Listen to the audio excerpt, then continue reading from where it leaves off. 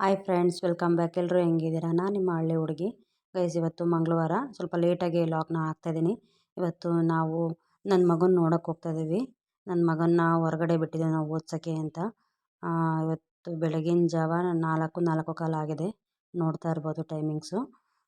ನನ್ನ ಮಗನ ನೋಡೋದಕ್ಕೋಸ್ಕರ ಸ್ವಲ್ಪ ಅವನಿಗೆ ಸ್ನ್ಯಾಕ್ಸ್ ಎಲ್ಲ ಮಾಡ್ಕೋಬೇಕಿತ್ತು. ನೈಟಲ್ಲಿ ನಿದ್ದೆನೇ ಬರಲಿಲ್ಲ. ಎಷ್ಟೊತ್ತಿಗೆ ಹೋಗ್ತೀವಪ್ಪ, ಎಷ್ಟೊತ್ತಿಗೆ ಬೆಳಕಾಗುತ್ತಪ್ಪ ಅಂತ. ಗೈಸ್, ಅವ್ನಿಗೆ ಏನಾದರೂ ಒಂದು ಸ್ವಲ್ಪ ತಿಂಡಿ ಅಂದರೆ ಸ್ನ್ಯಾಕ್ಸ್ ಮಾಡ್ಕೊಳ್ಳೋಣ ಅಂತ. ಆ ಕ್ಲಾಸಲ್ಲಿ ಏನೂ ಕೂಡ ಅಲೋ ಮಾಡಲ್ಲ. ವಿತೌಟ್ ಪರ್ಮಿಷನ್ನು ಹೊರಗಡೆ ಫುಡ್ ಅಂತೂ ಏನೂ ಅಲೋ ಮಾಡಲ್ಲ ಅವರು.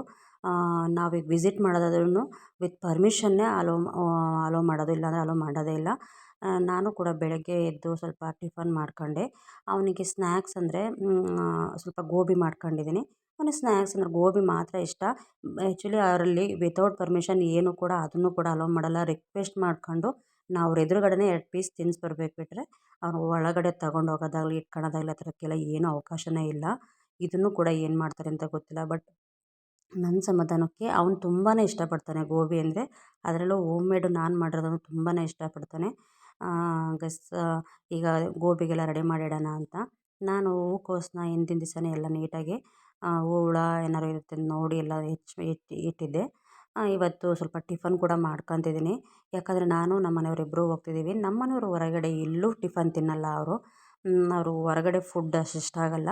ಆಯಿಲ್ಲು ಇಲ್ಲ ಮತ್ತು ಸೋಡಾ ಹೆಂಗೋ ಎಲ್ಲ ತುಂಬ ಹಾಕಿರ್ತಾರೆ ಅಂತ ತಿನ್ನೋದಿಲ್ಲ. ಗೈಸ್, ಗೋಬಿಗೆಲ್ಲ ರೆಡಿ ಮಾಡಿ ಇಟ್ಟಾಯಿತು. ಈಗ ಬೆಳಗ್ಗೆ ಎಲ್ಲ ಇದು ಲೇಟಾಗುತ್ತೆ ಅಂತ ಬೇಗ ಬೇಗ ಇದು ಮಾಡ್ಕೊಳ್ತಾ ಇದ್ದೀನಿ. ಟಿಫನ್ ಏನಕ್ಕೆ ತಿನ್ನಲ್ಲ ಅಂದರೆ ಅವ್ರಿಗೆ ಸ್ವಲ್ಪ ಹೆಲ್ತ್ ಇಶ್ಯೂ ಇದೆ. ಆಮೇಲೆ ನಾವು ಇಷ್ಟಪಡೋ ಕಡೆ ಅವರು ಕೂಡ ಬಸ್ಗಳು ನಿಲ್ಲಿಸಲ್ಲ. ಟಿಫನ್ನು ಮಾಮೂಲಿ ಬಸ್ ರೂಟವ್ರು ಏನು ಮಾಡ್ತಾರೆ, ಎಲ್ಲರೂ ಒಂದು ಕಡೆ ಅವ್ರಿಗೆ ಗೊತ್ತಿರೋ ಕಡೆ ನಿಲ್ಲಿಸ್ತಾರೆ.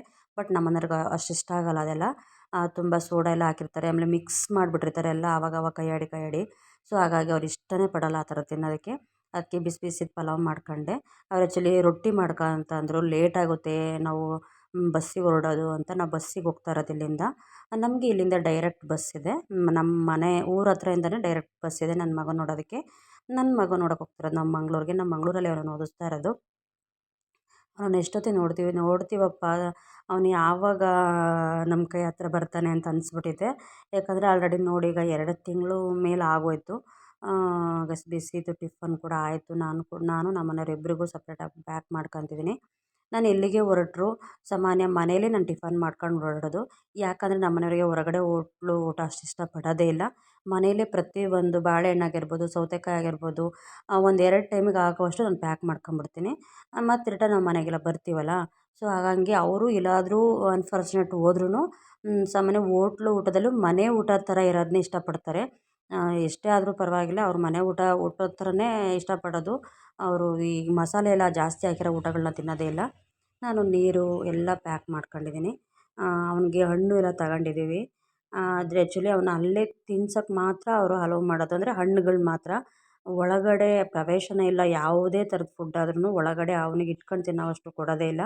ಗೈಸ್, ನೋಡ್ತಿರ್ಬೋದು ಡ್ರೈ ಫ್ರೂಟ್ಸು, ಲಯನ್ ಡೇಟ್ಸು ಮತ್ತು ಗೋಡಂಬಿ ಮತ್ತು ಬಾದಾಮಿ ಇಷ್ಟು ಅವನಿಗೆ ಅಂತಲೇ ತರಿಸಿರೋದು. ಅವನು ನನಗಷ್ಟು ಸಾಕು, ಬೇರೆ ಎಲ್ಲ ಇದೆ ಅಂತ ಹೇಳಿದ್ದ. ಲಾಸ್ಟ್ ಟೈಮ್ ಹೋದಾಗ ಪಿಸ್ತಾ ಬೇರೆ ಎಲ್ಲ ಡ್ರೈ ಫ್ರೂಟ್ಸು ಕೊಡಿಸಿದ್ವಿ. ಅದೇ ಸ್ವಲ್ಪ ಇದೆ, ನನಗೆ ಅಷ್ಟೇ ಸಾಕು ಅಂತ ಅಂದ. ಗೈಸ್, ನಾನು ಕೂಡ ರೆಡಿ ಆದೆ. ನೋಡ್ತಾ ಇದ್ದೀರಲ್ಲ, ಆಲ್ರೆಡಿ ಇನ್ನೇನು ಒಂದು 10 ಮಿನಿಟ್ಸು 15 ಮಿನಿಟ್ಸ್ ಇತ್ತು ಟೈಮಿಂಗ್ಸು. ನಾವು ಅಷ್ಟರೊಳಗಡೆ ರೀಚ್ ಆಗಬೇಕಿತ್ತು. ನಮ್ಮ ಮನೆ ಹತ್ರದಿಂದ ಬಸ್ ಸ್ಟಾಪಿಗೆ ಒಂದು 10 ಅಥವಾ 15 ಮಿನಿಟ್ಸ್ ಆಗುತ್ತೆ ಅಲ್ಲಿಗೆ ಹೋಗೋದಕ್ಕೆ. ಸೊ ಅಲ್ಲಿಗೆ ಹೋಗೋಷ್ಟರೊಳಗಡೆ ನಾವು ಗಾಡೀಲಿ ಹೊರಡಬೇಕು. ತುಂಬ ಚಳಿ ಇತ್ತು. ತುಂಬ ಚಳಿ ಇದ್ರೂ ಅವ್ನು ನೋಡೋ ಇದರಲ್ಲಿ ನನಗೇನು ಚಳಿ ಏನೂ ಗೊತ್ತಾಗ್ತಿರ್ಲಿಲ್ಲ. ಗೈಸ್, ಹೊರಟ್ವಿ. ನಮ್ಮ ಮನೆಯವರು ಗಾಡಿ ಸ್ಟಾರ್ಟ್ ಮಾಡ್ಕೊಂಡು ಇದ್ದರು. ಗೈಸ್, ಬಂದ್ವಿ. ನಮ್ಮ ಮನೆ ಹತ್ರದಿಂದ ಬಸ್ ಸ್ಟಾಪಿಗೆ ತುಂಬ ಏನು ಲೇಟ್ ಆಗೋಲ್ಲ.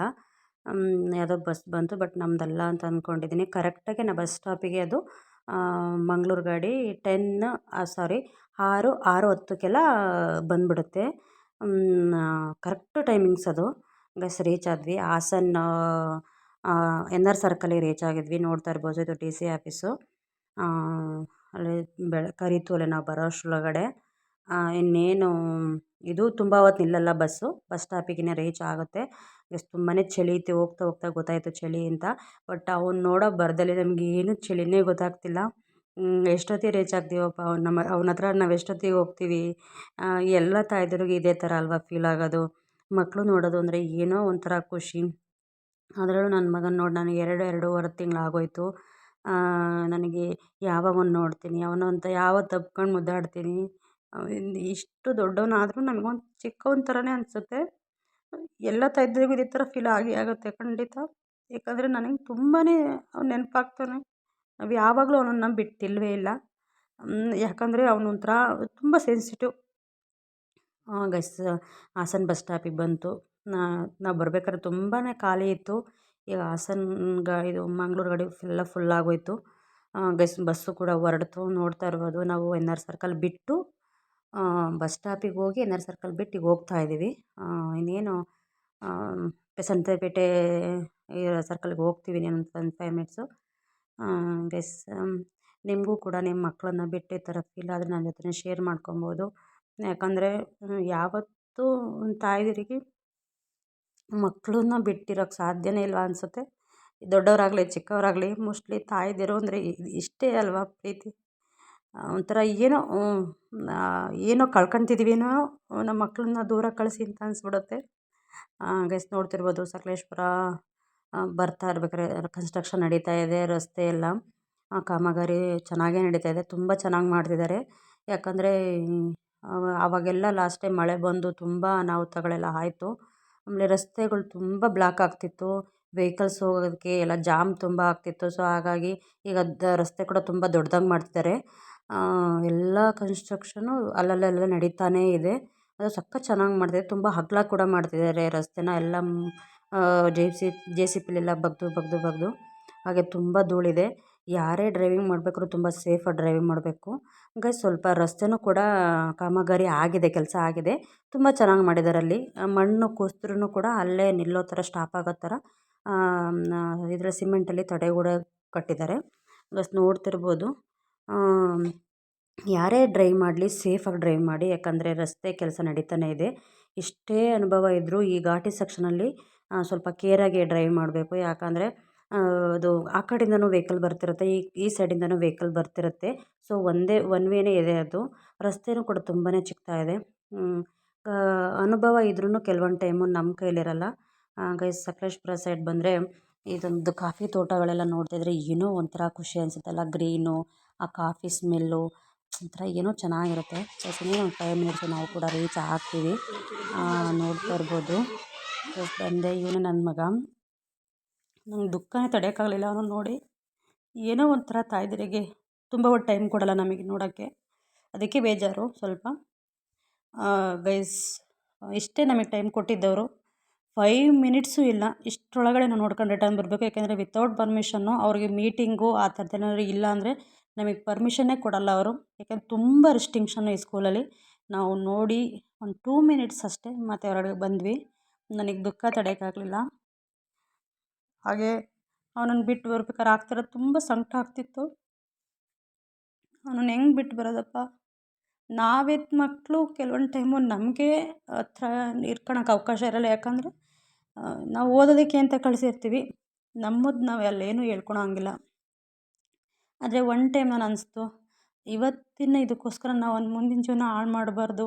ಅವನು ಒಳ್ಳೆ ರೀತಿ ಎಜುಕೇಷನ್ ಕೊಡಿಸಿದ್ರೆ ಮುಂದೆ ಅವ್ನ ಲೈಫ್ ಚೆನ್ನಾಗಿರುತ್ತೆ ಅಂತ ನಂಗೆ ಅನಿಸ್ತು. ಗೈಸ್, ಮುಂದೆ ಬಂದ್ವಿ. ಊಟಕ್ಕೆ ಬಿಟ್ಟಿದ್ರು. ನನಗೆ ಊಟ ಮಾಡೋಕ್ಕೆ ಮನಸ್ಸೇ ಬರಲಿಲ್ಲ.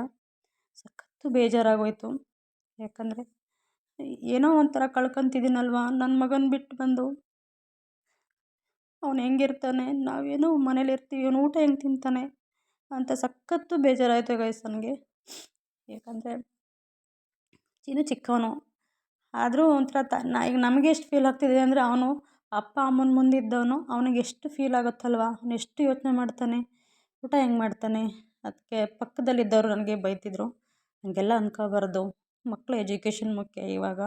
ಯಾಕಂದರೆ ಮಕ್ಕಳಿಗೆ ನಾವು ಏನು ಎಜುಕೇಷನ್ ಕೊಡ್ತೀವಿ ಮುಂದೆ ಅವ್ರ ಲೈಫ್ ಚೆನ್ನಾಗಿರುತ್ತೆ ಅಂತ ಹೇಳ್ತಿದ್ರು. ಮುಂದೆ ಬಂದು ಒಂದು 5 ನಿಮಿಷ ರಿಲ್ಯಾಕ್ಸ್ ಆದೆ. ನಾನಿವತ್ತು ಸಂಕಟ ಪಟ್ಟರೆ ಅವನು ಕೂಡ ಸಂಕಟ ಪಡ್ತಾನೆ ಅಂತ ಮನಸ್ಸನ್ನು ಗಟ್ಟಿ ಮಾಡ್ಕೊಂಡು ಬಂದೆ. ಗೈಸ್, ನಾವೀಗ ಬಾಳುಪೇಟೆಗೆ ರೀಚ್ ಆದ್ವಿ. ನೋಡ್ತಾ ಇರ್ಬೋದು ರೋಡ್ ಸೈಡು ತುಂಬಾ ಹಂಚಿನ ಮನೆಗಳಿತ್ತು. ನಂಗೆ ಹಂಚಿನ ಮನೆಗಳಂದ್ರೆ ತುಂಬ ಇಷ್ಟ. ಸೊ ಅದಕ್ಕೋಸ್ಕರ ಇದನ್ನ ಕ್ಯಾಪ್ಚರ್ ಮಾಡಿದೆ. ರೋಡ್ ಸೈಡಲ್ಲಿ ಪೂರ್ತಿ ಹಂಚಿನ ಮನೆಯೇ ಕಾಣಿಸ್ತಾ ಇತ್ತು. ಅವಾಗೆಲ್ಲ ಎಷ್ಟು ತಂಪಾಗಿತ್ತು ಹಂಚಿನ ಮನೆ. ಇವಾಗೆಲ್ಲ ಆರ್ ಸಿ ಸಿ ಅದು ಇದು ಅಂತ ಹಾಕೊಂಡು ಹಂಚಿನ ಮನೇಲಿರೋ ಚಂದನೇ ಹಾಳು ಮಾಡಾಕ್ಬಿಟ್ಟಿದ್ದಾರೆ. ಅದ್ರ ಲಕ್ಷಣ ನಾವೇನೇ ಆರಿಸಿ ಏನೇ ಹಾಕಿದ್ರೂ ಅದು ಬರೋದೇ ಇಲ್ಲ. ಗೈಸ್ ನೋಡ್ತಿರ್ಬೋದು, ನನಗಂತೂ ಹಂಚಿನ ಮನೆ ಅಂದರೆ ತುಂಬಾ ಇಷ್ಟ. ಇವಾಗ ಸ್ವಲ್ಪ ಕೆಲವರೆಲ್ಲ ಟ್ರೆಂಡ್ ಮಾಡ್ಕೊಳ್ತಾ ಇದ್ದಾರೆ ಹಂಚಿನ ಮನೆ ಇದನ್ನ. ಇವಾಗ ಮತ್ತೆ ಕೂಡ ಅದು ಶುರು ಆಗ್ತಾ ಇದೆ. ಅಂದರೆ ಅದೇ ಒಂಥರ ಚಂದ. ಅದ್ರ ಲಕ್ಷಣ ಯಾವುದೇ ಆರ್ ಸಿ ಸಿ ಕೊಡೋದೇ ಇಲ್ಲ. ನೋಡಿ ಈಗ ಎಷ್ಟು ಚೆನ್ನಾಗಿ ಕಾಣಿಸ್ತಿದೆ ಕೆಲವೊಂದು ಹಂಚಿನ ಮನೆಗಳು. ಅಂದರೆ ವಾತಾವರಣನೂ ಚೆನ್ನಾಗಿರುತ್ತೆ, ವೆದರ್ ಕೂಡ ತುಂಬಾ ತಂಪಾಗಿರುತ್ತೆ ಹಂಚಿನ ಮನೇಲಿ. ಗೈಸ್ ನಾವು ಕೂಡ ಹಾಲೂರು ಬಸ್ ಸ್ಟ್ಯಾಂಡಿಗೆ ಬಂದ್ವಿ. ಹಾಗೆ ಈಗ ನಾವು ಹಾಸನಿಗೆ ಎಂಟ್ರಿ ಆದ್ವಿ ಗೈಸ್. ಇನ್ನೇನು ನಮ್ಮ ಹಾಸನಿಗೆ ಬಂದಾಯಿತು. ಇಲ್ಲಿಂದ ಹಾಸನಿಂದ ಒಂದು 45 ಮಿನಿಟ್ಸ್ ಅಂದರೆ 45 ನಿಮಿಷ ನಮ್ಮ ಊರಿಗೆ ಬೇಕು. ನಮಗೆ ಯಾವಾಗಲೂ ಬಸ್ ಇರುತ್ತೆ, ಬಸ್ಸಿಗೆ ಏನು ತೊಂದರೆ ಇಲ್ಲ. ಹಾಸನಿಗೆ ಬಂದು ಹಾಸನಿಂದ ಹಾಸನ ಬಸ್ ಸ್ಟಾಪಿಂದ ನಾವು ನೆಕ್ಸ್ಟ್ ಬಸ್ಗಳು ನೋಡ್ಬೋದು. ಮಲಬಾರ್ ಹತ್ರ ಬರ್ತಾ ಇದ್ದೀವಿ ಗೈಸ್. ಮಲಬಾರ್ ಅಂಗಡಿಲಿ ತುಂಬಾ ಚೆನ್ನಾಗಿರುತ್ತೆ ಡಿಸೈನ್ಸು. ನಾನು ತುಂಬ ಸಲ ನೋಡಿದ್ದೀನಿ, ಬಟ್ ಅಲ್ಲೇನೂ ಪರ್ಚೇಸ್ ಮಾಡಿಲ್ಲ. ನಾನು ನನ್ನ ಫ್ರೆಂಡ್ ಜೊತೆ ಹೋದಾಗೆಲ್ಲ ಅವರು ಮಲಬಾರಲ್ಲೇ ತೊಗೊಳೋದು. ನಾವು ಕೇಳಿದ ಡಿಸೈನ್ಸಲ್ಲಿ ಕೇಳಿದ ವೆಯ್ಟಲ್ಲಿ ಮಾಡಿಕೊಡ್ತಾರೆ. ತುಂಬಾ ಚೆನ್ನಾಗಿರುತ್ತೆ ಮಲಬಾರಲ್ಲಿ ಡಿಸೈನ್ಸ್ ಎಲ್ಲ. ನೋಡ್ತಾ ಇರ್ಬೋದು ಇಲ್ಲೆಲ್ಲ ಬ್ರಾಂಡೆಡ್ಸೇ ಇದೆ. ಮ್ಯಾಕ್ಸ್ ಆಗಲಿ, ನೋಡ್ತಾ ಇರ್ಬೋದು ವುಡ್ಲ್ಯಾಂಡ್ಸ್ ಆಗಲಿ, ಎಲ್ಲ ಜಾಸ್ತಿ ಬ್ರ್ಯಾಂಡೆಡ್ಸೇ ಈ ಸೈಡೆಲ್ಲ ಅಂಗಡಿಗಳಿರೋದು. ಹಾಗೆ SRS, ನಮ್ಮ SRS ನಮ್ಮ ಮನೇಲಿ ತುಂಬ ಜನ ಜಾಸ್ತಿ ಇಷ್ಟಪಡೋದು SRS ಗೋಲ್ಡೆ.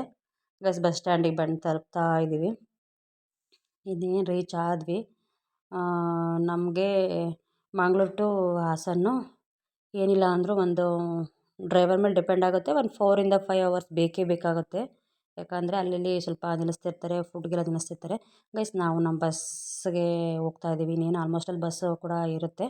ಗೈಸ್ ನಾನು ಈ ವಿಡಿಯೋನ ಇಲ್ಲಿಗೆ ಎಂಡ್ ಮಾಡ್ತಿದ್ದೀನಿ. ಯಾರಿಗೆಲ್ಲ ಈ ವಿಡಿಯೋ ಇಷ್ಟ ಆಯಿತು ಲೈಕ್ ಮಾಡಿ, ಶೇರ್ ಮಾಡಿ, ಹಾಗೆ ಕಮೆಂಟ್ ಮಾಡಿ. ನಿಮ್ಮ ಮಕ್ಕಳನ್ನ ನೀವು ಇದೇ ಥರ ಬಿಟ್ಟಿದ್ರೆ ನಿಮಗಾದ ಅನುಭವನ ನನಗೂ ಕೂಡ ಶೇರ್ ಮಾಡಿ. ನನಗಂತೂ ತುಂಬಾ ಫೀಲ್ ಆಯಿತು. ಯಾರಿಗೂ ಈ